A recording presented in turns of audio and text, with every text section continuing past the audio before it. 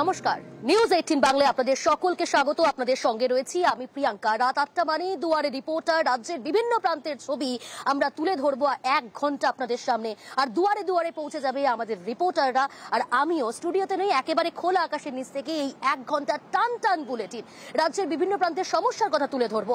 সরাসরি প্রথমে নজর রাখতে হচ্ছে রঘুনাথগঞ্জে। সেখানে আবাস প্রতারণার প্রতিবাদ করায় খুন হতে হলো আতাবুল শেখ। আর এই খুনের ঘটনার অভিযোগ তুলছে আতাবুল শেখের পরিবার তৃণমূল নেতার বিরুদ্ধে। শুধু তাই নয়, মারধরের অভিযোগ নয়, তার বিরুদ্ধে কাটমানি নেওয়ারও অভিযোগ। হ্যাঁ, এমনই চাঞ্চল্যকর অভিযোগ রঘুনাথগঞ্জে, এবং তৃণমূল নেতাকে ইতিমধ্যেই কিন্তু গ্রেফতার করেছে পুলিশ। এবং সব মিলিয়ে এই ঘটনায় আজ দিনভর বিক্ষোভ দেখিয়েছে কংগ্রেস, সিপিএম। এবং এই ঘটনায় অভিযুক্ত যে মিঠু শেখ, অর্থাৎ এই তৃণমূল নেতার বিরুদ্ধে কিন্তু অভিযোগ সামনে আসছে।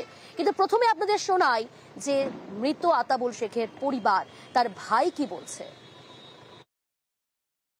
বাড়ি করার জন্য, সার্ভে করার জন্য বলেছিল যে আমাকে 5,000 টাকা দিয়ে দাও, তোমার সার্ভে নাম উঠিয়ে দেবো। কে বলেছিল? ওই মিঠুন, তৃণমূলের সমর্থক। মোটামুটি 2-3 বছর আগে টাকা নিয়েছে, নাম নাই আমার দাদার, তো নাম নাই। তো ওকে বলেছে যে আরে ভাই, আমার যে নাম নেই, তো আমার টাকাটা ফেরত দিয়ে দে। বলতে যে মিঠুন বেধারাক্কা মারধর করেছে আমাদের মুকিন্দপুর বটতলাতে। মিঠুন একাই মেরেছে, আমাদের গ্রামের প্রায় বাড়িতে নিয়েছে টাকা। প্রণব রয়েছে সরাসরি একেবারে প্রতিনিধি। প্রণব, খুব স্পেসিফিক্যালি জানতে চাইবো, যার বিরুদ্ধে অভিযোগ এই মিঠু শেখ, সে কে, তার রাজনৈতিক পরিচয় কি? দেখো, মিঠু শেখ যে তোমার রঘুনাথগঞ্জের মিঠুপুরের মুকুন্দপুর গ্রামে, সেই গ্রামে বাসিন্দা। এরই বিরুদ্ধে অভিযোগ যে এই কালু শেখ ওরফে আতাবুল শেখ, যাকে সে ঘর পায়ে দেওয়ার জন্য সে টাকা নিয়েছিল, কার্ড মানি নিয়েছিল, এবং এলাকায় সে তৃণমূলের আগে তৃণমূলের বুথ সভাপতি ছিল, বর্তমানে তৃণমূলের নেতৃত্ব দেয় ওই গ্রামের মধ্যে। এবং শুধুমাত্র এই আতাবুল শেখের কাছে নয়, একাধিক লোকের কাছে আবাস যোজনার ঘর পায়ে দেওয়ার জন্য কিন্তু টাকা নিয়েছে বলে অভিযোগ। এবং এই যে তোমার মিঠু শেখ, সে যখন তার কাছে টাকা চাইতে যায় আবাস যোজনায়, যেহেতু কালু শেখের নাম নেই, যখন দেখতে পায় টাকা চাইতে গেলে, তখন তাকে কিন্তু বেধড়ক মারধর করে। এবং তার ফলে কিন্তু আজকে কলকাতার NRS হসপিটালে মারা যায় এই কালু শেখ। তারপরে কিন্তু এই মিঠু শেখ ঘটনার পর পালিয়ে যায়, এবং তাকে বীরভূম থেকে তোমার রঘুনাথগঞ্জ থানার পুলিশ গ্রেপ্তার করে। এই মিঠু শেখ কিন্তু বুথ সভাপতি হিসাবে, তৃণমূলের বুথ সভাপতি হিসাবে পরিচিত, এবং এলাকায় তোমার দোর্দণ্ড প্রতাপ নেতা হিসাবে কিন্তু পরিচিত, এবং নিজস্ব লেঠেল বাহিনী আছে। এবং অভিযোগ, গ্রামে যে প্রায় 1002 পরিবার রয়েছে, বসবাস করে, বেশিরভাগ মানুষের সঙ্গে আবাস যোজনায় টাকা তোলার কিন্তু একটা অভিযোগ রয়েছে।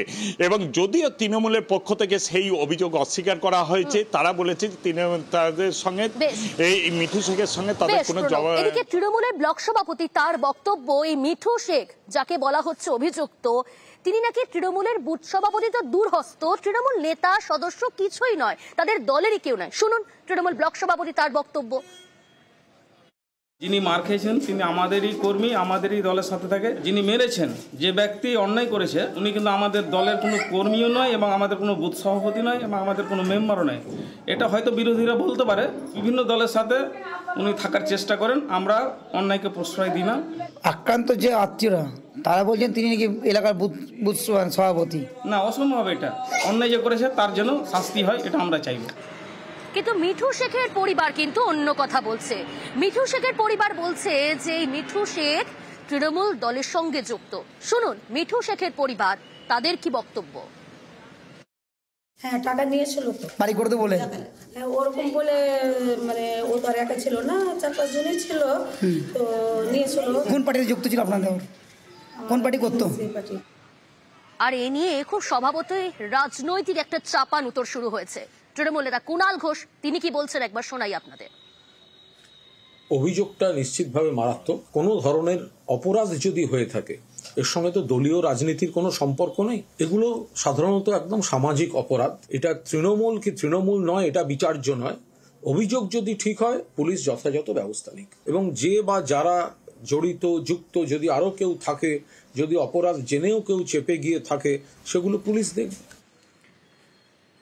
কাটমানির টাকা ফেরত চাইতে গিয়ে আক্রান্ত, এবং শুধু তাই নয়, মৃত্যু হলো আতাবুল শেখের। আর এই ঘটনায় দিনভর আগুন জ্বালালো বিরোধী রাজনৈতিক দলগুলো এবং আতাবুল শেখের পরিবার পরিজন। রাজনৈতিক চাপানোতর, কিছুক্ষণ আগেই যেমনটা বলছিলাম, টায়ার জ্বালিয়ে বিক্ষোভ দেখিয়েছে, রাস্তা অবরোধ করেছে।